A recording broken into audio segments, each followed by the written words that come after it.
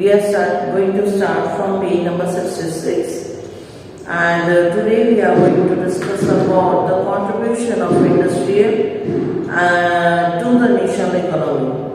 So over the last 2 decades, the share of manufacturing sector has significated at 17% of GDP out of total 27% for the industrial, which include 10% for mining and quarrying and electric and gas. Okay, तो यहाँ पर हम देखने जा रहे हैं कि 2 दशकों से, पिछले 2 दशकों से मैन्युफैक्चरिंग सेक्टर का जो एक सिग्निफिकेंट डेवलपमेंट हुआ, हम कह सकते हैं सिग्निफिकेंट एस्टेब्लिश सिस्टम है जीडीपी के अंदर, वो 17%, यानी कि जितना भी जीडीपी देश का उसका 17% इंडस्ट्री से मिल रहा है। अगर देखें तो इसमें ज्यादा जो है 27% जो है वो इंडस्ट्री के मटेरियल है, बाकी जो है वो मिनरल बेस है, जैसे माइनिंग करके उसको प्योरीफाई करना, आयरन है, बॉक्साइट है, वो सारी चीजें और उनको बनाना है। इसके अलावा अगर हम देखें तो 10% में इलेक्ट्रिसिटी और गैस, इनकी इंडस्ट्रीज भी इसमें शामिल है। Then this much lower in comparison to some of the East Asian economy, where it is 25 to 35%।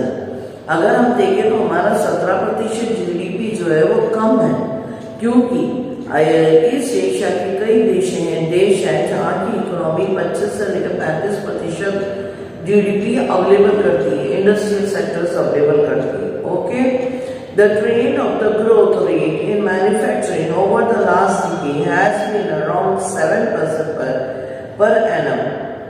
Then the desired growth rate is next for the decade is 12%.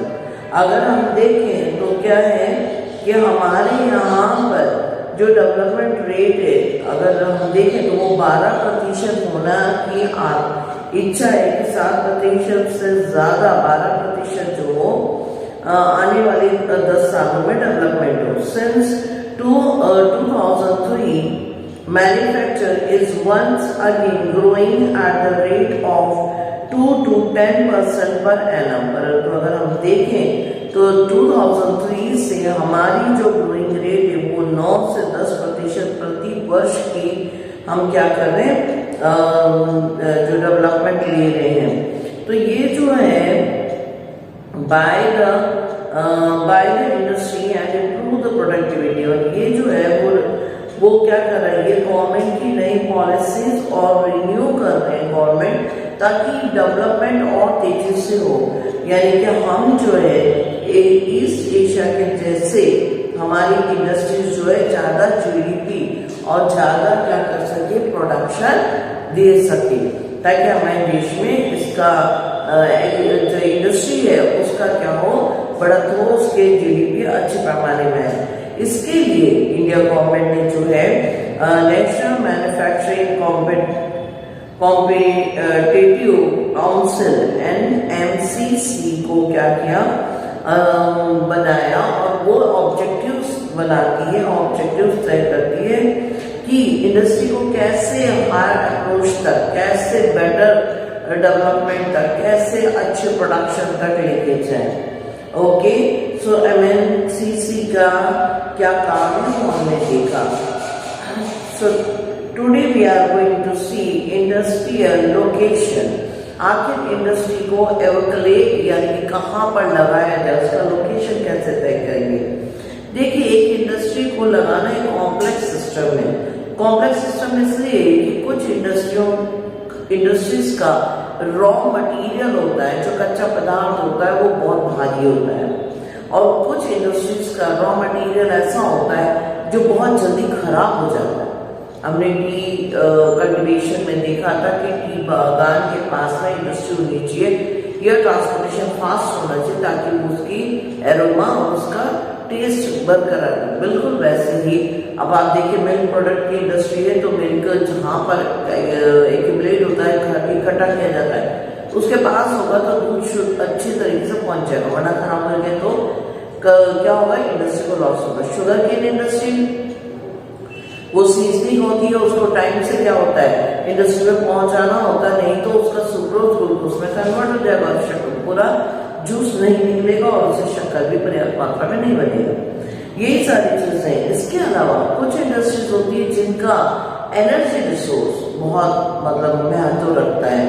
कोई जो industry है वो कोल को मतलब हम कह सकते हैं रॉक कोल को यूज करती है, तो वो क्या है बल्कि है, उसको लाना ले जाना भारी पड़ता है। वहीं पर कुछ इंडस्ट्रीज जो है वो नेचुरल गैस यूज करते हैं एज एनर्जी रिसोर्स। कुछ इंडस्ट्रीज जो है इलेक्ट्रिसिटी को as a energy resource use करते हैं। अल्टीमेटली इनके आधार पे लोकेशंस होते हैं। So now I will read. अब आपको शायद समझ अच्छे से आ गया है, तो हम इसको आगे पढ़ते हैं। Industrial locations are complex in nature. These are influenced by the availability of the raw material, labor, capital, power and market. तो ये सारी चीजें जो है, जो फैक्टर्स हमने नीचे पढ़े, ये सारे क्या करते हैं, इन्फ्लुएंस करते हैं कि इंडस्ट्री कहाँ लगेगी। Okay, it is really possible to find all the factors available at one place. बहुत मुश्किल है कि सारी चीजें एक ही जगह में मिल जाए ताकि इंडस्ट्री लगाया जा सके। अगर ऐसा मिल भी जाए तो ऑलरेडी वहां पर एक इंडस्ट्री स्टैब्लिश होगी इतने समय पहले से। Then consequently manufacturing activity is trained to locate at the most appropriate place where all the factors of the industry locate either available or can be arranged at the low cost. अगर हम देखें तो ये बहुत जरूरी है कि industries ऐसी जगह लगाई जाए जहां पर ज्यादातर चीजें अवेलेबल हो जाए, ज्यादातर फैक्टर्स मिल जाए। Okay, after all the industrial activities start urbanisation follow. जहां पर भी इंडस्ट्री सेटअप होती है वहीं पर शहर या शहरीकरण शुरू होता है, क्योंकि इंडस्ट्री में लोगों को काम करना है, इंडस्ट्री के लिए आएंगे, जब वो आएंगे तो उनके घर होंगे और घर होंगे तो बाकी इंफ्रास्ट्रक्चर डेवलप होगा। स्लोली एक छोटी सी क्या है अर्बन या सिटी जो है वहां पर बसने लग जाती है और बाद में बड़े पैमाने पर होती है। Sometimes industry are located on the near the city. Thus, the industrialization and urbanization goes in hand by hand. अगर हम देखें तो शहर और उद्योग दोनों साथ में साथ चलते हैं। अधिकतर या तो शहर के पास में उद्योग लगाए जाते हैं या जहां पर उद्योग लगता है वहीं शहर बसने लग जाता है। The city provides, सिटी से क्या क्या मिलता है इंडस्ट्री को? प्रोवाइड मार्केट मिलता है, यानी सामान बेचने की जगह, बैंकिंग सुविधा मिलती है, इंश्योरेंस सिस्टम मिलते हैं, लेबर्स मिल जाते हैं, कंसल्टेंट्स मिल जाते हैं और फाइनेंस एडवाइजर्स मिल जाते हैं। ये सारे जो एजुकेटेड और स्किल जो वर्कर्स अवेलेबल होते हैं। देन इसके साथ अगर हम देखें through the industry many industrial trade to come together to make use of the advantage offered by the urban center known as aggregation economy. कई सारे उद्योग एक साथ मिल जाते हैं और वो क्या करते हैं, उद्योग स्थापित करते हैं और वहां पर शहर को क्या करा जाता है, डेवलप किया जाता है। शहर के आसपास एक शहर को डेवलप करने के लिए बनाई जाने वाली जगह एग्लोमेशन इकोनॉमी के अंदर आती है। Gradually a large industrial agglomeration take place. अगर देखें तो धीमे धीमे वहां पर कई सारे उद्योग लगने के कारण एग्लोमेशन इकोनॉमी के साथ एग्लोमेशन एरिया इंडस्ट्रियल डेवलपमेंट होता है, जिससे क्या होता है लोगों को बसना और इंडस्ट्रीज को डेवलप होने में मदद मिलती है। In the pre-independent period, most manufacturing units are located in places for the point of view of we can say if states such as Mumbai, Kolkata, Chennai, etc. Consequently, they emerge certain pocket of the industrial development, urban centers surrounded by a huge agriculture, rural hinterland. अगर हम देखें तो स्वतंत्रता के बाद कुछ इलाके बहुत तेजी से डेवलप हुए।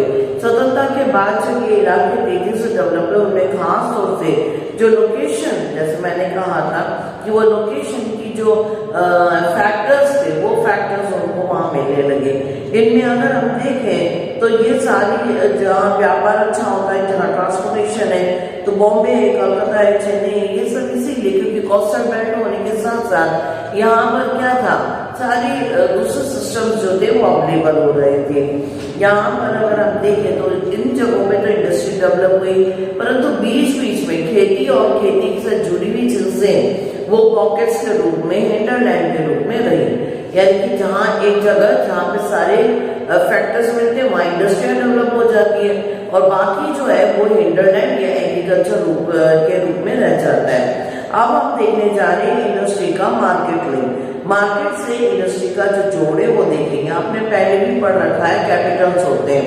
ये कैपिटल्स जो है यानी कि आपका मनी जो है हम लगाते हैं, इनपुट करते हैं रॉ मटेरियल और दूसरी चीजों को खरीदने के लिए। इससे क्या होता है, एक इंडस्ट्री सेटअप की जाती है, जमीन खरीदी जाती है, लेबर्स को लगाया जाता है, कैपिटल यानी कि पैसे लगा के एंटरप्रेन्योर्स जो है मैन्युफैक्चर करते हैं। जो उसके बाद अगर हम देखें तो रॉ मटेरियल ये सारी चीजें जो है वो ट्रांसपोर्टेशन के जरिए फैक्ट्री में आती है। जब फैक्ट्री में आती है तो फैक्ट्री में क्या किया जाता है, उसको प्रोसेस किया जाता है। फैक्ट्रीज के प्रोसेस के बाद अगर हम देखें तो ये आउटपुट जो है मार्केट में ले जाया जाता है, वो भी ट्रांसपोर्टेशन के जरिए ले जाया जाता है। मार्केट के बाद ये सेल होता है। जब ये बिक जाता है तो फिर किसमें कन्वर्ट हो जाता है, वापस कैपिटल या मनी में कन्वर्ट हो जाता है। तो आप देख सकते हैं ये एक सर्कल है जो कि इंडस्ट्री और मार्केट लिंक को एक्सप्लेन करता है। ओके, तो यहाँ पर एक और है, the key to the decision of the factory location is the least cost. The government policies and the specialized labor also influence the location of industry. अगर हम देखें तो इंडस्ट्री को ये सारे फैक्टर तो इन्फ्लुएंस करते ही हैं, परंतु उसके साथ गवर्नमेंट की क्या कानून है, क्या नीति, क्या सिस्टम्स है, तो वो भी बहुत इंपॉर्टेंट है। जैसे राजस्थान जो एक ड्राई एरिया, यहाँ पर वाटर वेस्टेज या एक्सट्रीम वाटर यूज करने वाली इंडस्ट्रीज को गवर्नमेंट क्या नहीं करेगी, इजीली अप्लाई नहीं करने देगी, आने नहीं देगी। इसी प्रकार से अलग अलग जगह में जो पॉल्यूशन फ्री स्टेट्स है वो पॉल्यूट करने वाले इंडस्ट्रीज को वहां स्टैब्लिश होने नहीं देंगे। तो ये सारे जो है ये भी चीज है, गवर्नमेंट की पॉलिसीज भी बहुत इंपॉर्टेंट है।